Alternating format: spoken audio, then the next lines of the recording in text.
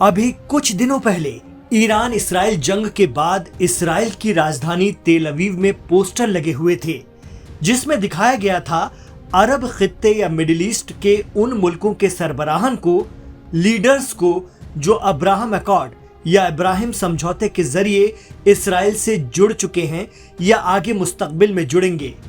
Poster का message ये था कि अमन और डेवलपमेंट के लिए सुन्नी अरब मुल्क इसराइल के साथ खड़े हैं सिवाय शिया ईरान के। पोस्टर में सीरिया के प्रेसिडेंट अबू मोहम्मद जौलानी उर्फ अहमद अल शारा भी दिखाई देते हैं। लेकिन इस पोस्टर के इसराइल में लगने के महज 20 दिन बाद ही हालात ये हैं कि इसराइल सीरिया में बमबारी कर रहा है और अहमद अल शारा टीवी पर आकर उसे धमका रहे हैं कि हम सीरिया को टूटने नहीं देंगे, विदेशी दखल बर्दाश्त नहीं करेंगे, वगैरह वगैरह। और उसके बाद खबर आती है कि वो दमिश्क छोड़कर इदलीब भाग गए हैं।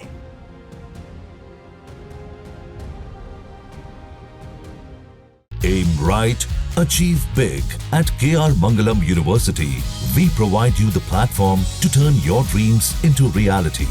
At KR Mangalam University. नमस्कार, अस्सलामो अलैकुम। लाइव हिंदुस्तान पर आप देख रहे हैं वीडियो शो दीन दुनिया। दीन दुनिया वीकेंड स्पेशल लेकर हाजिर हूं मैं इमरान खान।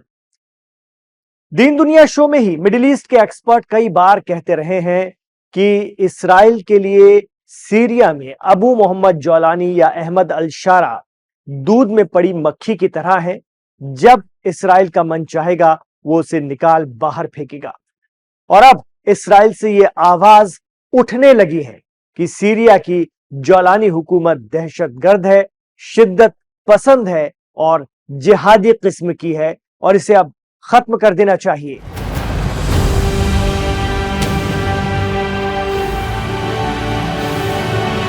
एक तरफ तो इसराइल में ही अरब नेताओं के साथ जौलानी के पोस्टर लगते हैं, तो दूसरी तरफ इसराइल सीरिया की जौलानी सरकार पर द्रूज लोगों की कत्ल गारत का इल्जाम लगाकर सीरिया के सुवैदा शहर को कब्जे में लेने की फिराक में है। सोशल मीडिया पर आ रहे वीडियो बता रहे हैं कि द्रूज बहुल सुवैदा शहर में सीरिया के परचम हटाकर इसराइल के झंडे लहरा दिए गए हैं। कहा जा रहा है यही द्रूज कम्युनिटी बशर अल असद के दौर में शांति से रहती थी, लेकिन आज उन्होंने हथियार उठा लिए और उनके साथ खड़ा है इसराइल। सिर्फ कुछ ही महीनों में उस जौलानी हुकूमत का सीरिया में वो हाल इसराइल ने कर दिया जिसके लिए आते ही अबू मोहम्मद जौलानी ने कहा था कि सीरिया की जमीन का इस्तेमाल इसराइल के खिलाफ नहीं होने दिया जाएगा। उन्होंने चेतावनी दी थी कि ईरान और उसकी हिमायती तंजीमें सीरिया खाली करें। एक्सपर्ट कहते हैं कि अबू मोहम्मद जौलानी या अहमद अल शरा फंस गए हैं। एक तरफ सीरिया के सुन्नी कबीले हैं जिन्हें पता चल गया है कि जौलानी इसराइल की आक्रामकता के खिलाफ कोई एक्शन नहीं ले सकते। दूसरी तरफ अगर जौलानी सरकार इसराइल के खिलाफ खड़ी होती है तो इसराइल उन्हें छोड़ेगा नहीं, ये भी तय है।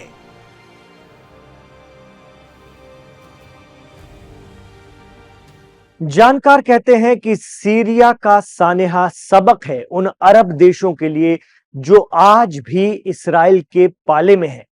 किसी खौफ या फिर डर की वजह से वो ये सोचते हैं कि इसराइल के साथ दोस्ती करके वो अमन और शांति से इस पूरे खित्ते में रह सकेंगे।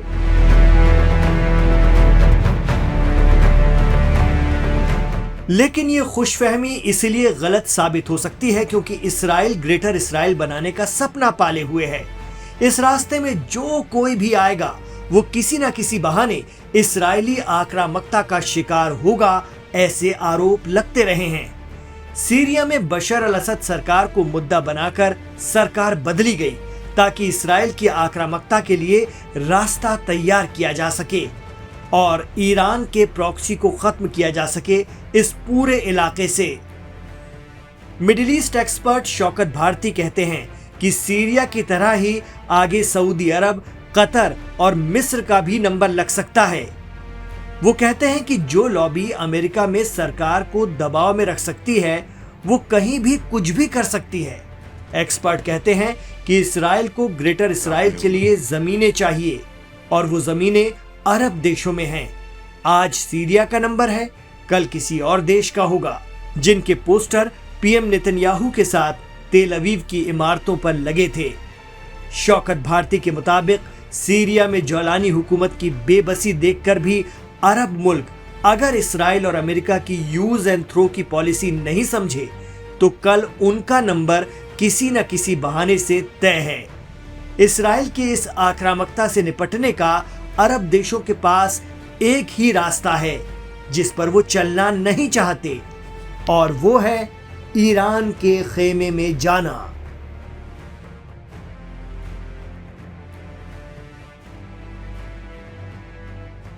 जानकार कहते हैं कि अगर तुर्की और ईरान मिल जाएं और खित्ते में अपने एयरबेस बचाने के लिए रूस उन्हें सपोर्ट कर दे तो सारा खेल ही पलट सकता है। लेकिन इसके लिए तुर्की को ईरान से रिक्वेस्ट करनी पड़ेगी। अगर ऐसा हो गया तो एक झटके में समाधान निकल आएगा इस पूरे इलाके में, इस पूरे क्षेत्र में।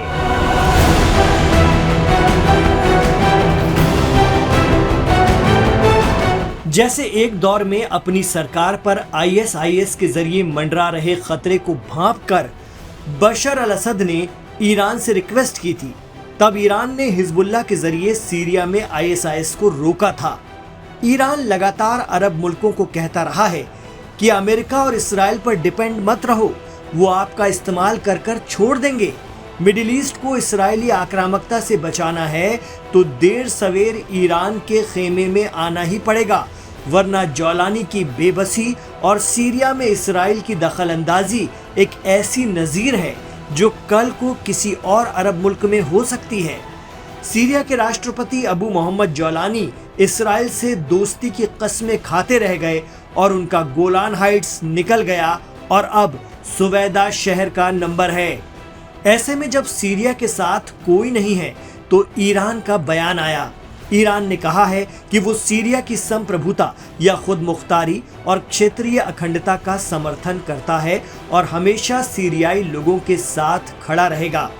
ईरान ने सीरिया के लोगों के साथ यकजहती का इजहार किया है, एचटीएस और सीरिया की सरकार के साथ नहीं। जानकार बताते हैं कि इसराइल की सीरिया में आक्रामकता के बाद एक वाहिद मुल्क ईरान ही है जो उसे रोक सकता है। ईरान ग्रेटर इसराइल बनाने के अभियान पर लगाम लगाना चाहता है। ईरान जानता है कि अगर इसराइल सुवैदा शहर के रास्ते एक बार सीरिया में एंटर हो गया तो धीरे धीरे करके यूरोप के सामने के समंदर तक पहुंच जाएगा और जौलानी कुछ नहीं कर पाएंगे।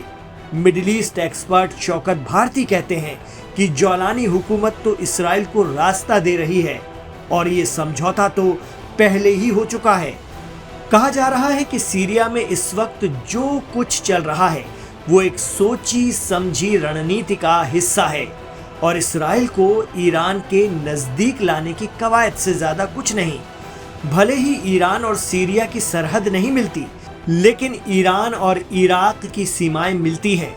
इसराइल अगर सीरिया में इराक की बॉर्डर तक पहुंच गया तो वो ईरान के बिल्कुल पास ठिकाना बना लेगा और जौलानी हुकूमत द्रूज क्राइसिस के बहाने उन्हें ये रास्ता दे रही है। वो कहते हैं कि सीरिया का बंटवारा तो पहले ही हो चुका है, बस उसे अब इम्प्लीमेंट किया जा रहा है। मिडिल ईस्ट पर पैनी नजर रखने वाले शौकत भारती तो ये भी कहते हैं कि अरब देश ये देखकर भी शायद ही संभले, ना ही नेटो मेंबर तुर्की कभी ईरान के साथ आएगा। अगर वो इस खेमे में आया तो नेटो मुल्क उसका साथ देंगे ही नहीं। शौकत भारती मिसाल देते हैं कि अरब देश दो नाव की सवारी करना चाहते हैं। वो चाहते हैं हुसैन और यजीद दोनों के साथ हो ले, जो मुमकिन नहीं है। आपको किसी एक को चुनना पड़ेगा, वरना देर सवेर सीरिया जैसे हालात फेस करने ही पड़ेंगे अरब मुल्कों को।